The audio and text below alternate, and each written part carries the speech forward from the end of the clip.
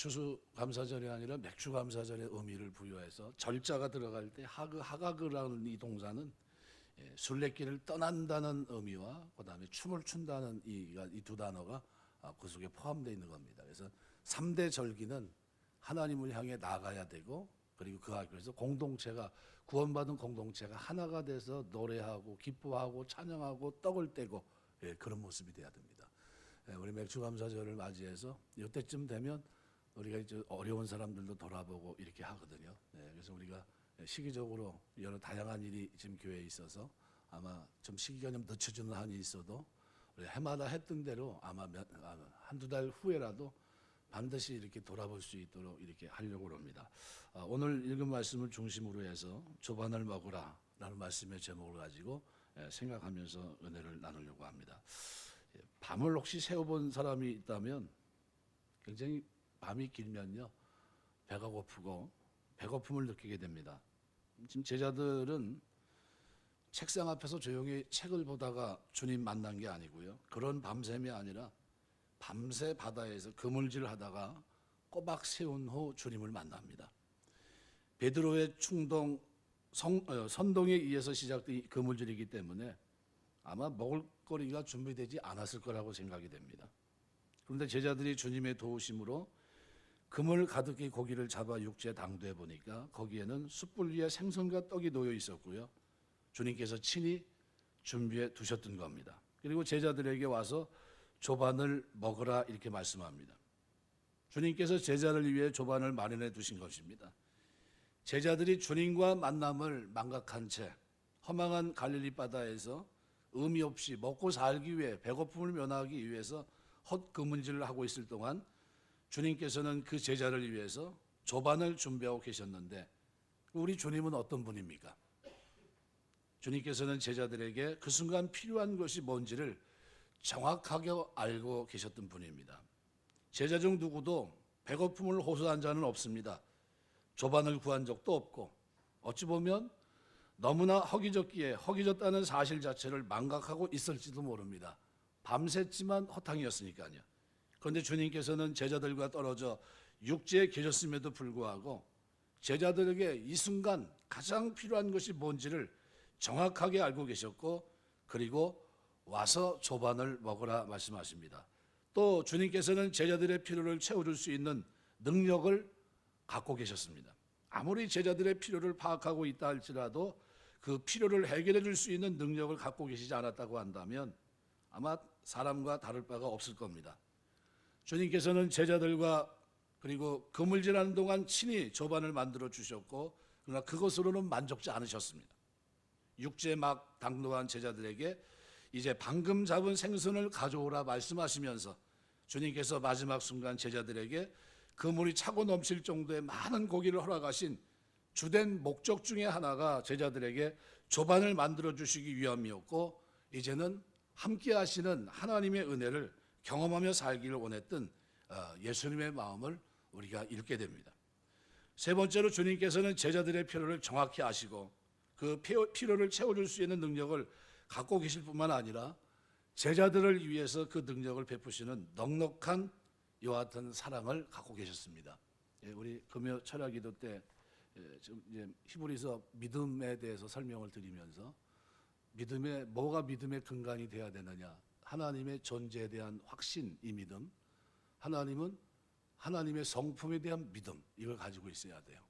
이게 믿음의 근간입니다. 에녹이 하나님과 동행하는데 이 두 가지가 명확했습니다. 하나님은 과거 하나님이 아니라 현재 세상을 창조한 창조주 하나님이고 지금도 능력으로 함께 하시는 분이라는 믿음이 누구에게 있었습니까? 에녹에게 있었고요. 뿐만 아니라 그는 찾는 자들에게 상 주시는 이심을 믿었습니다. 이것이, 이 믿음이 하나님을 기쁘시게 했던 겁니다. 이 믿음이 없이는 하나님을 기쁘시게 하지 못합니다. 선제적으로, 선천적으로 안전뱅이가 일어서 걷고 뛰고 하는 일이 불가능하듯이 믿음이 없다면 하나님의 존재에 대한 확신과 그 찾는 자에게 상 주신 성품에 대한 확신이 없으면 결코 하나님이 기뻐하지 않는다는 얘기예요. 그러니까 우리가 믿음이라는 걸 바르게 이해하셔야 됩니다. 하나님을 찾는 자, 나를 사랑하는 자들이 나의 사랑을 입으며 나를 간절히 찾는 자가 나를 만날 것이다 그랬어요. 않습니까? 하나님 찾는 자들에게 하나님은 상 주시는 분입니다. 제자들이 누굽니까? 가만히 돌아보세요. 제자들은 한마디로 말하면 배신자입니다. 정작 주님을 지켜야 되고 주의 말씀을 기억하고 살아야 될 사람들이었는데 그 십자가의 고난, 그 고난 속에서 그들은 도망가 버렸습니다. 지난밤만 해도 주님의 약속에는 안중에도 없었고 헛된 욕망의 헛그물질, 이것이 그들의 모습입니다. 그럼에도 불구하고 주님은 그들을 위해서 조반을 준비하고 계시다는 거예요. 그 한심한 인간들의 상태에 관계없이 그들에게 당신의 능력을 아낌없이 베풀어 주신 분이 오늘 본문에 기록되어 있는 부활하신 우리를 자녀 삼아 주신 예수님입니다.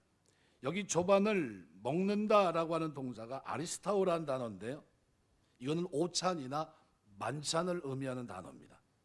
간단한 아침이 아닙니다. 오찬이나 만찬처럼 성의를 다해 준비된 풍성한 식탁이었다는 것을 의미합니다. 주님께서는 이 배신자들을 위해서 하나님 말씀을 기억하지 못하고 방황하고 있는 그 제자들을 위해서 정성을 다해서 조반을 만드셨던 거예요. 뿐만 아니라 오늘 본문 13절은 예수께서 가셔서 떡을 가져다가 그들에게 주시고 생선도 그와 같이 하시니라. 뭐가 오버랩됐을까요? 마지막 주님의 마지막 성만찬 이 장면이 제자들에게 떠올랐을 겁니다. 그 기억입니다. 자신들이 범한 죄가를 잘 알기에 주님께서 준비하신 음식에 감히 손을 댈 엄두도 내지 못한 채 송구스러워하기만 했던 제자들에게 주님은 친히 음식을 나눠주고 계십니다. 진정히 우리 주님은 마음이 넉넉한 사람이에요. 와서 조반을 먹으라, 이 말씀은 한마디로 제자들에 대한 변함없는 사랑의 고백인 동시에 당신이 누구인지를 다시 한번 밝히시는 분입니다.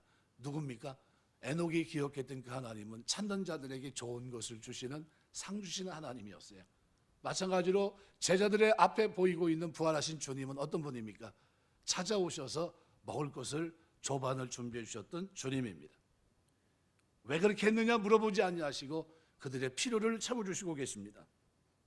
애굽에서 400년 동안이나 노예 생활하던 이스라엘 백성은 마침내 출애굽의 대해방을 맛봅니다.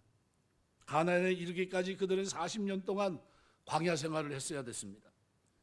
3,500년이 지난 지금까지도 사람이 살 수 없는 풀 한 폭이 물 한 방울 없는 광야에서 40년이란 긴 세월을 그들이 살아날 수 있었던 것은 하나님께서 그들을 책임져 주셨기 때문이에요. 그 10번이나 하나님을 원망하는 그 무리들 하나님께서 어떻게 해요? 먹이시고 입히시고 재워주셨습니다. 그들을 보호하셨어요. 날마다 만나와 메추라기를 내려주셨고 물이 없는 곳에 반석을 터뜨려서 시냇물이 흐르게 하셨고요. 필요한 모든 것을 공급하십니다. 광야 여정을 다 끝내고 마침내 가나안 땅 맞은편 요단강 동편에 도착했을 때 하나님은 모세를 통해 이스라엘 백성이 이렇게 말합니다. 신명기 29장 25절 말씀에 보면 그때 사람들이 대답하기를 그 무리가 자기 조상 하나님 여호와께서 그들의 조상을 애굽에서 인도해 내실 때 더불어 세우신 언약을 버리고, 그러니까 40년 동안 너희를 인도해 광야를 통행케 하였거니와 너희 몸의 옷이 낡지 아니하였고 너희 발의 신이 헤어지지 아니하였다고 하는 말씀을 성경은 기록합니다. 어떻게 그런 일이 가능할 수 있을까? 이스라엘 백성 중 누구 하나 하나님께 의복이나 신발을 구한 적이 없었음에도 불구하고 하나님 그들에게 가장 필요한 것이 바로 옷이었고 그리고 신발이었다는 것을 아셨고 당신의 능력을 아낌없이 40년 동안 변함없이 날마다 동일하게 베풀어 주셨기 때문입니다. 그럼 이스라엘 백성들에게 그만한 가치가 있어서 은혜를 베푸셨는가라는 문제예요. 그렇지 않습니다. 그들은 광야에서 10년이나 10번이나 그 걸어가는 걸음 속에서 계속해서 하나님 원망했던 사람입니다. 40년 동안 만나와 메추락을 먹이시고 의복과 신이 낡아지지 않고 헤어지지 않게 하시면서 추위와 더위를 이기게 하셨지만 그들은 그것이 하나님의 큰 은혜임을 깨달으려고 조차 하지 않았고 어떻게 보면 하나님의 은혜에는 우둔하기 짝이 없는 그런 모습이었습니다. 그럼에도 불구하고 하나님은 그들의 필요를 먼저 하시고 그들의 능력을, 당신의 능력을 그들을 위해서 아낌없이 베풀어 주십니다. 하나님은 온전한 사랑을 베푸신 겁니다. 그분은 우리의 완전한 구원자가 되십니다. 그분이 보내신 그분의 독생자 예수님은 오늘 우리를 위한 온전한 메시아가 되시기 때문입니다. 이상과 같은 관점으로 볼 때 참되고 성숙한 믿음이란 뭘까요? 지금 내게 없는 것으로 인해 절망하거나 좌절하지 않는 겁니다. 그것 때문에 원망하거나 낙심하지 않는 겁니다. 지금 내게 없는 것을 나의 방법으로 무리하게 구하려고 세상으로 나가지 않는 거예요. 우리 주님은 어떤 분입니까? 있어야 할 것을 나보다 더 잘 아시는 분이에요. 내가 죄악 속에 있을지라도, 내가 하나님을 원망하고 있을지라도 그 필요를 채우시는 분입니다. 그 필요를 해결해 줄 수 있는 능력을 지니고 계세요. 그리고 나의 형편없음에 관계없이 그 능력을 베풀어 주시는 완전하고도 넉넉한 사랑의 하나님이십니다. 따라서 지금 내게 있는 것이 정말 내게 필요한 것이고 내게 지금 없는 것이 나보다 나를 더 잘 아시는 주님이시기 때문에 이것이 꼭 필요하다면 주실 것이고요. 이것이 나에게 해로운 것이라면 제한하셨을 겁니다. 정말 내게 필요한 것이라면 때가 되면 주님께서 순리대로 반드시 허락해 주실 거예요. 뜻하지 않게 생각지도 않은 한 사람이 등장해서 민원을 넣어가지고 이렇게 불거진 얘기가 여기까지 왔어요. 가만히 생각해 보면 원망할 만한 일이고, 그런데 따지고 보면 하나님의 은혜예요. 하나님이 그렇게 하시나 보다. 사람을 통해서 하나님이 역사하시고 계시구나. 그죠? 필요할 대로 하나님이 다 하시니까요. 그러니까 우리는 뭐예요? 그 길을 걸어갑니다. 참된 신앙은 지금 내게 있는 것이 모두 하나님의 은혜이기 때문에 지금 있는 것을 족하게 여기고 감사의 삶을 살아가는 겁니다. 디모데전서 6장 말씀에 보면 6절에서 8절 보면 그러나 제족하는 마음이 있으면 경건은 큰 이익이 되느니라. 우리가 세상에 아무것도 가지고 온 것이 없으며 또한 아무것도 가지고 가지 못하나니 우리가 먹을 것과 입을 것이 있은즉 족한 줄로 알 것이다. 이 지족한다는 말 알지자에 족할 족자입니다.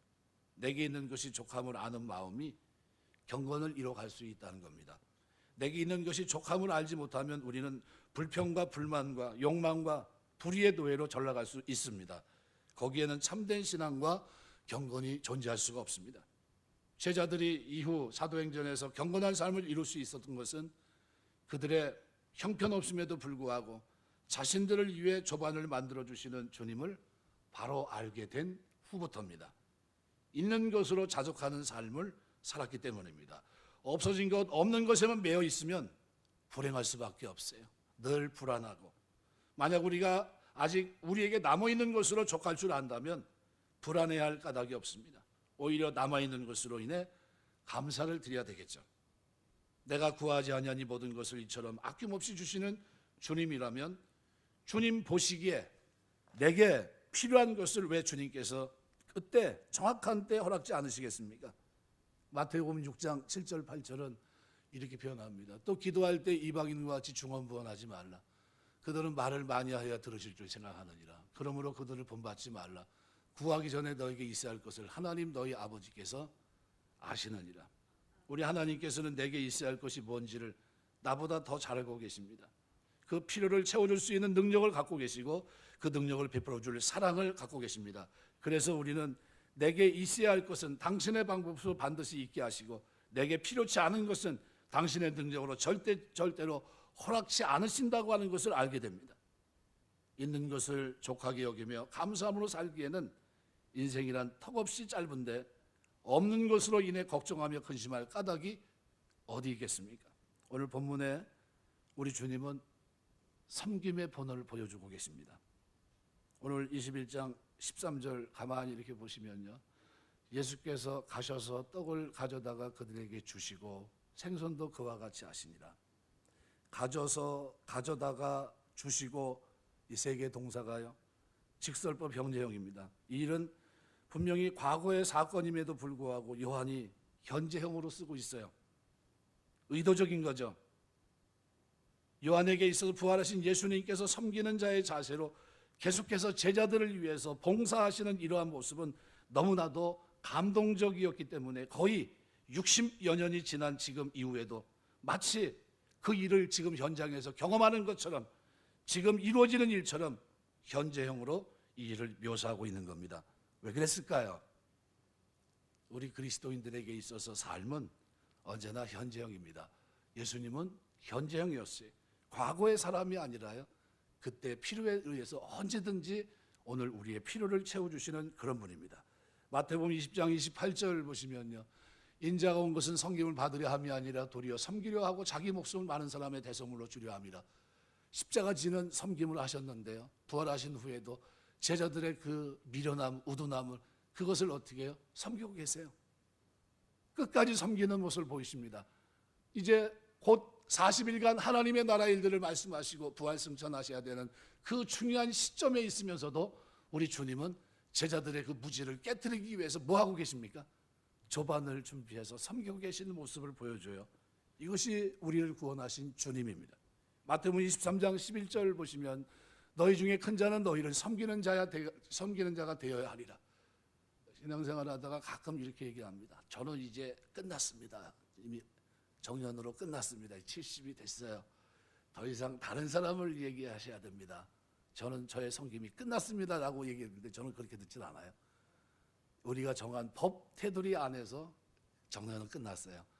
그러나 우리의 삶 속에서 섬기는 것은 주님 오실 때까지 내 생이 붙어있는, 숨이 붙어있는 그 순간까지 이것을 놓치면 안 됩니다.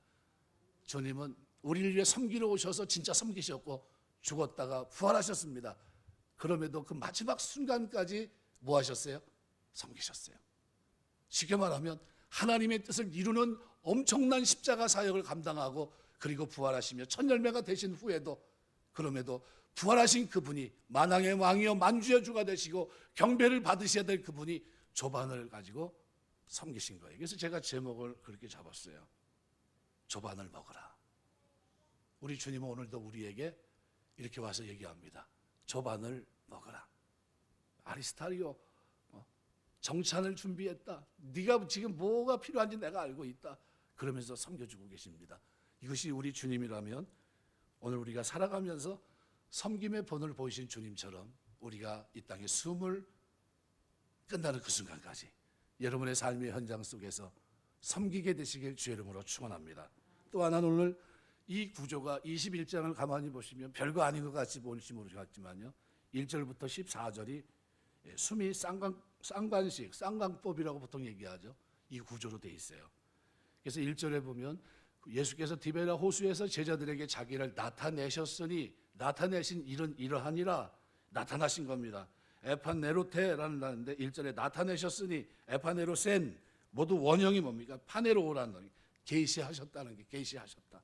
그러니까 요한은 이 동일한 단어를 마지막 14절에서도 또 이렇게 합니다. 이것은 예수께서 죽은 자 가운데 살아나신 후에 세 번째로 제자들에게 나타나신 것이다. 이렇게 얘기해요. 동일한 단어를 단락의 처음과 끝에 배치하면서 이 숨이 쌍관법이라고 합니다. 앞뒤에 구조를 가지고 있죠. 그래서 단락의 주제가 뭡니까? 자신이 부활하신 모습을 계시하신 예수님이라는 거예요. 자신이 부활했다는 사실을 알리신 예수님이 알려주고 있는 게 뭡니까? 나는 전능한 하나님이라는 거예요. 나는 끝까지 섬기며 이 땅을 살아냈다는 겁니다. 예수님께서 이렇게 계시된 그리스도 자신이 그들과 함께할 때 그리고 자신의 명령에 제자들이 순종할 때 제자들의 사역이 성공할 것을 보여주셨는데 그것이 뭐냐 하면 바로 많은 고기가 잡힌 본 단락의 사건을 통해서 교훈하고 있다는 겁니다. 인간의 노력은 힘이 없지만 하나님이 우리와 함께 하시고 우리에게 능력이 되시면 능히 많은 열매를 거둘 수 있다는 사실을 오늘 보여주고 있는 겁니다. 제자들이 모여있을 때 나타나신 것은 세 번째라고 했는데 이건 뭡니까? 세 번만 나타나셨나요? 그 얘기가 한 게 아니라 예수님 예루살렘에 도마가 없을 때 또 도마가 있을 때 그리고 제자들에게 나타나신 사건 이 세 가지 사건만을 설명하고 있는 겁니다. 제자들이 모여서 나타난 것은 세 번째다라는 이런 표현이죠. 오늘 본문에 또 하나 이제 관심 있게 봐야 되는 이 단어가 있는데 주신 줄 아는 고로 이렇게 와서 조반을 먹으라 했더니 제자들이 뭐라고 표현합니까? 주님이신 줄 아는 고로. 아는 고로라는 말이 에이도테스라는데 원형이 오이다라는 거예요. 오이다. 기노스코라는 단어가 오이다. 오이다라는 단어는요. 예수의 부활, 정체성에 관련된 단어입니다.